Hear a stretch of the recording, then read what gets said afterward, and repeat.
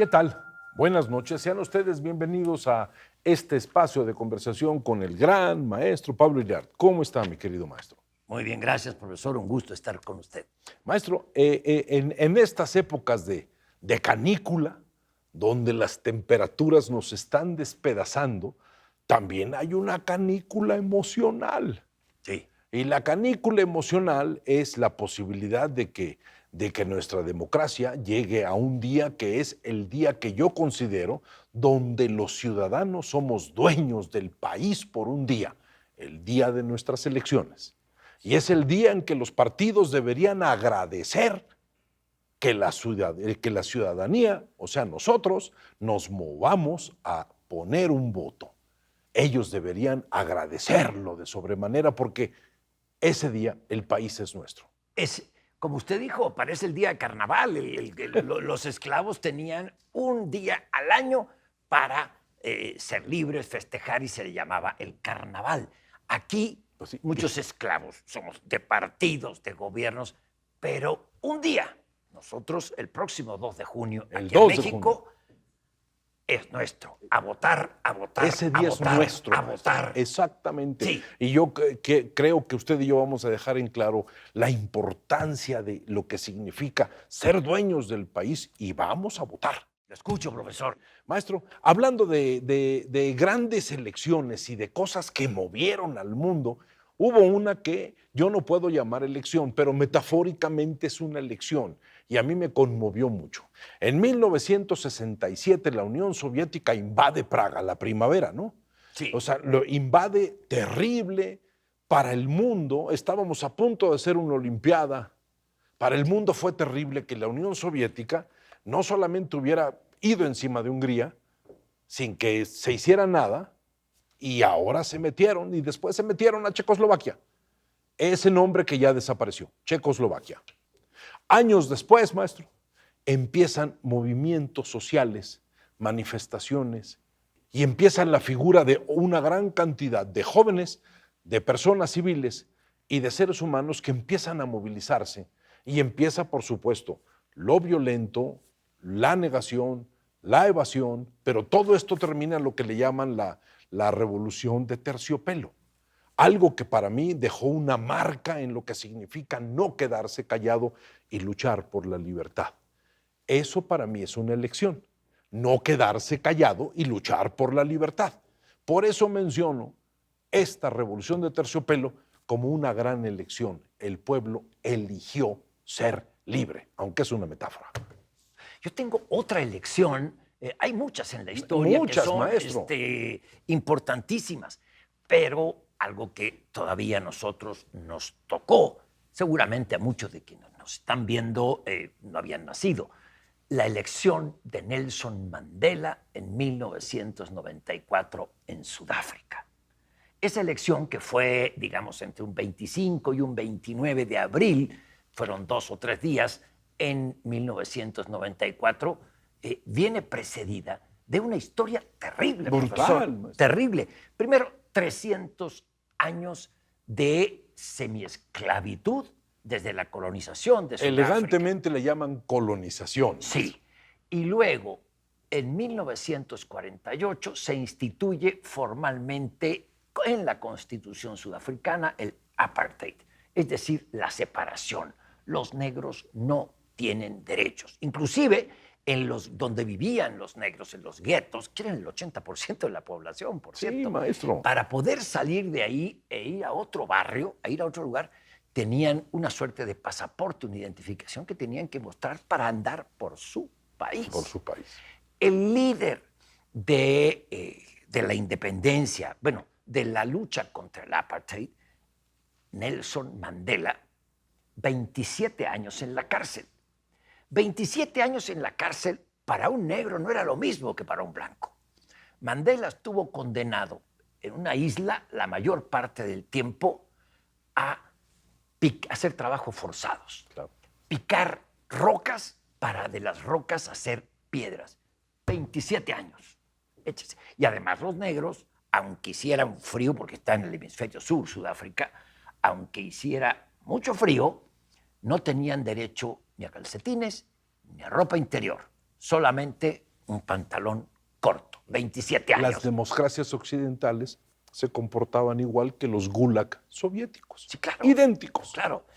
En ese caso, el presidente sudafricano de Klerk libera a Nelson Mandela, lo indulta porque estaba acusado de querer derrocar al gobierno, lo indulta, permite su partido, el Congreso Nacional Africano, y van a las elecciones, y donde de Klerk admite la derrota. Y Nelson Mandela se convierte en el primer presidente negro en Sudáfrica. Es el fin del apartheid. Por primera vez votó toda la población, blancos y negros, 19 millones de Y votantes. con espíritu democrático. No, y con un espíritu humano, Mandela. Sin venganza. O sea, él cuando dice, no vengo con venganzas, su campaña era, es la hora de la sanción social. ¿Cómo es la sanción social? Que negros y blancos caminemos con dignidad por las calles de un país multicolor que ha sanado su alma. Ese fue el mensaje de Mandela y no permitió la revancha. Es decir, no fue de dientes para afuera, no es lo mío la venganza. No, no, no. No era lo suyo la venganza. Es una de las historias más conmovedoras de elecciones que saco a colación en esta mesa. Hay una frase que creo que es de, no sé si es de Séneca, pero no recuerdo el autor, pero el contenido es bellísimo. Quien comete la venganza arremete contra su propio pasado. La venganza, dejarla atrás, es ver rumbo, ver sentido. Yo le voy a decir, un avión presidencial, el Air Force One, viajó quién sabe cuántas horas a Sudáfrica para que se bajara el presidente Obama, entrara, se sacara, se colocara en los barrotes de la celda de Mandela y se sacara una foto que necesitaban para que ese espíritu democrático se viera en Obama. 11, creo que de 10 a 11 horas viajaron solamente para tomar esa foto. Un rey del arte dramático del presidente Obama, ¿no? Ese es el impulso de lo que significa. Sí. Maestro, voy a otra elección que para mí fue muy importante. Nixon contra Kennedy. ¿Por qué? Porque ahí se arma lo que significa crear de un presidente un personaje. Un personaje que puede ser que no tiene por qué ser de verdad, es la creación de fantasías de un pueblo que puede estar iluminado o que puede estar emborrachado o embriagado de nacionalismo, como usted quiera plantear. Pero ahí fue la visión de crear el personaje. Nixon no quiso crear un personaje. Nixon consideró que su trayectoria política, ser vicepresidente de Eisenhower, le iba a ser suficiente. Y le llegó una nueva época, la entrada de la televisión, el personaje heroico, el joven que había hecho mucho menos política que él, pero simplemente daba un sentido humano completamente distinto en el concepto de lo iluminado. Se puede hacer. Nixon, ¿no? Exacto, el pobre Nixon tenía menos gracia que un mal partido del Cruz Azul, que llegamos a la final, maestro. No me digas, sí. Sí. Fue una elección, una gran elección, que por primera vez la televisión jugó un papel importante. Yo tengo otra elección que nos toca muy de cerca, Venezuela. En 1998 es electo presidente Hugo Chávez Frías. Hugo Chávez era teniente coronel, había intentado un golpe de Estado, no poco después, luego lo absuelve el presidente Caldera, le permite hacer política porque era un hombre muy popular y porque decía que iba a combatir la corrupción, a regenerar la política y a brindar justicia social. Este señor, que llega a la presidencia de manera democrática, con el discurso de acabar con la pobreza, de acabar con la corrupción, de regenerar la política y devolver la grandeza a Venezuela, nada más me voy a quedar en mi periodo, 4 años. Yo no me voy a reelegir, yo no voy a expropiar, yo voy a ser respetuoso de las libertades. Todo ese fue el discurso de Hugo Chávez. Maestro.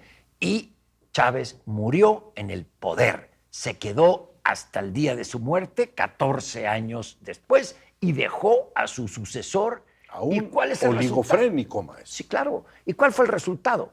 Se acabaron las libertades, le cambió el nombre al país, hizo una constitución Sí, para claro. cambiarle el nombre República Bolivariana. Y toda pura ok. demagogia, maestro. Pero bueno, el nombre del país. También quitó, o sea, acabó con la Suprema Corte. Y no la acabó deshaciéndola. No, simplemente Crearon lo que se llama la Asamblea Nacional. eso en la Y política. eliminan los poderes. Claro, en la Suprema Corte, que era de, hágame usted, 11, por ejemplo, la vamos a hacer de 25 y puso a los restantes. Pero antes hizo esto que usted dice, la Asamblea La Nacional. Asamblea Nacional. Desaparece, digamos, los plurinominales, por llamarlo Habla así. Petro ahorita de la Asamblea Nacional. Asamblea Nacional, una sola Cámara y toma el control. Transfieren todos los poderes al presidente Chávez. El resultado, en economía, pues la inflación más alta del mundo y de la historia. En política, el fin de la libertad de expresión y el exilio. Y en pobreza, el que iba a solucionar la pobreza, 25% era antes la pobreza extrema y llegó a 75% la pobreza extrema. Ahora bajó al 50 y tanto, Maestro, pero es Chávez exactamente lo contrario a lo que proponen los populistas y socialistas. Chávez era una mutación maligna cubana. Eso fue lo que Chávez planteaba. Era lo mismo dijo Fidel Castro en su caravana a la libertad. Cuando el pueblo quiera, nos tenemos que ir.